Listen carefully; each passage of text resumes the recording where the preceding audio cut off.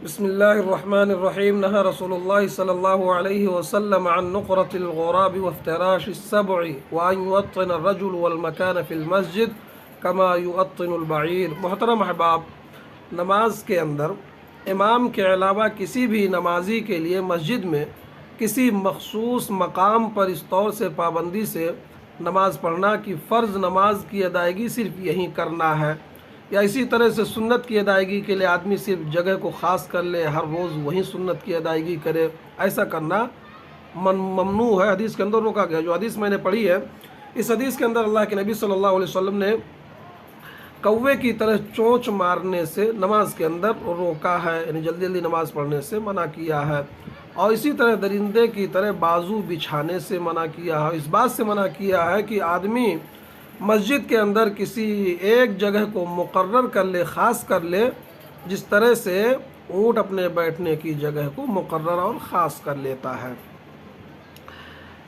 اس حدیث سے ہمیں پتہ چلتا ہے، چاہے فرض نماز ہو چاہے سنت نماز ہو، اگر آدمی جگہ کو متعین کرتا کہ ہمیں ہر روز یہی فرض پڑھنا، یہی سنت پڑھنا ہے، اس سے روکا گیا ہے.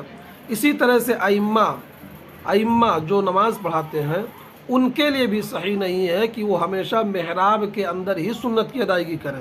ان کے لیے بھی جگہ کو خاص کرنا صحیح نہیں ہے، انہیں بھی چاہیے کہ سنت کی ادائیگی کے لیے جگہ کو بدلیں.